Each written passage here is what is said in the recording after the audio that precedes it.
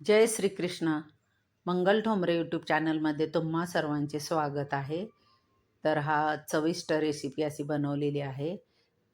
ही अगदी साधी, सोपी आणि भन्नाट अशी रेसिपी आहे. तर हा रात्रीचा जो आपला शिळा भात उरलेला असतो ना, त्यापासून एक वेगळी रेसिपी बनवण्याचा इथे मी प्रयत्न केला आहे आणि तो इतका सुंदर झाला, अप्रतिम चविष्ट झालेला आहे. तर बघा दिसायला पण किती छान दिसत आहे आणि खूपच अप्रतिम झालेलं आहे. तर आपण हा शिळा भात असा राहिला तर आपल्याला वाटतं की आता काय करून ह्याची रेसिपी खाऊया. तर अशी ही वेगळ्या पद्धतीची मी बनवलेलं आहे. तर त्यासाठी काय काय साहित्य घेतले ते चला पाहूया. तर इथे अद्रक, लसूण आणि थोडासा पुदिना आणि हिरवी मिरची घेतलेली आहे आणि ती छान खलबत्त्यामध्ये आता ठेचून घ्यायची. याचा ठेचा करायचा. तर ह्या पुदिना जो आपण टाकत आहे त्याच्यामुळे त्या भाताला खूपच छान टेस्ट येते. तसेच इथे कांदा घेतलेला आहे मध्यम आकाराचा उभा चिरून. तसेच हा वाटीभर भात आहे आणि अर्धा कप हे ओल्या मकाचे सोलून घेतलेले ओली मका आहे. तर आता आणि जो आपण ठेचून घेतला ना तो ठेचा आहे. तर कढई गरम करायला ठेवून त्याच्यामध्ये थोडंसं बटर टाकलेलं आहे. तुम्ही इथे तुपाचा पण वापर करू शकता किंवा तेलाचा पण करू शकता. तर मी इथे थोडंसं बटर टाकलेलं आहे.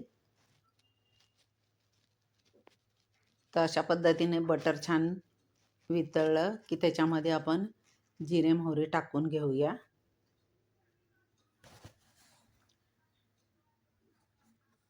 थोडीशी मोहरी, थोडेसे जिरे, तसेच हिंग पण टाकून घेऊया. तर बटरमुळे ना खूप छान टेस्ट येते ह्या राईसला, भाताला. तर आता आपण कांदा जो चिरून घेतलेला आहे तो पण टाकलाय, ठेचा पण टाकून घेतलाय. आता हे मीडियम गॅसवरती छान फ्राय करून घ्यायचं.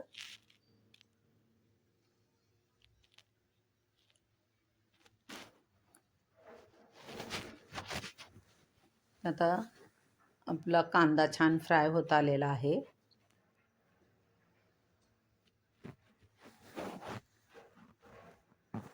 याच्यामध्ये आता आपण जे मकाचे दाणे घेतलेले आहेत सोलून ते पण टाकून घेऊया. ते पण हलवून छान ह्याच्यावरती फ्राय करून घ्यायचे. गॅस मिडियमच ठेवलेला आहे.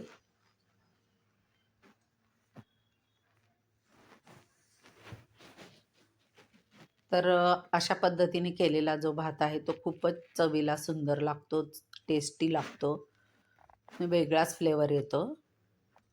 थोडीशी हळद टाकली आहे, चवीनुसार मीठ. मीठ अगदी चवीनुसारच टाकलेलं आहे, कारण बटरचं पण थोडंसं त्याच्यामध्ये खारटपणा असतो आणि भातामध्ये पण आपण मीठ टाकलेलं असतं. त्याप्रमाणे अगदी योग्य मिठाचा इथे वापर करायचा आहे. तर आता हे छान परतून झालेला आहे. तर आता जो भात आहे तो आपण याच्यावरती टाकून घेऊ. इथे मी थोडंसं लाल तिखट पण टाकणार आहे कलर येण्यासाठी.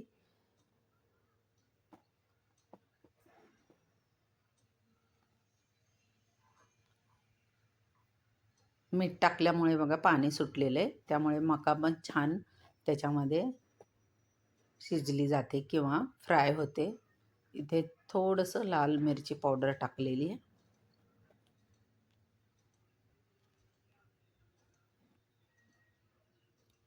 तर जो भात राहिलेला आहे तो अशा प्रकारे फोडून टाकायचा.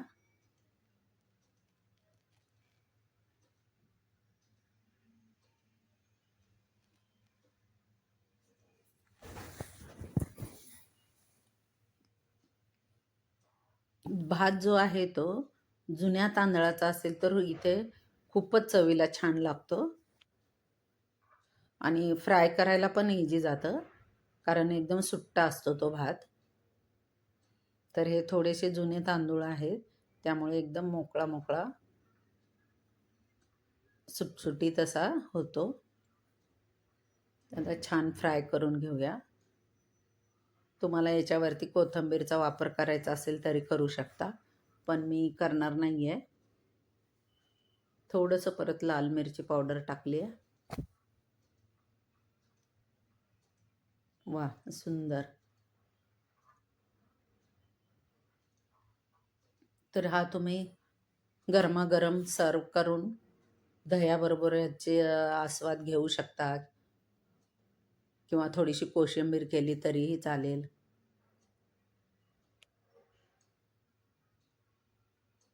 आहे की नाही सुंदर रेसिपी बघा.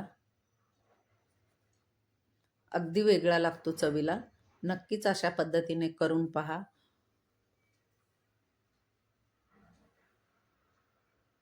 तुम्हाला हा व्हिडिओ आवडला असेल तर नक्कीच कमेंट करा.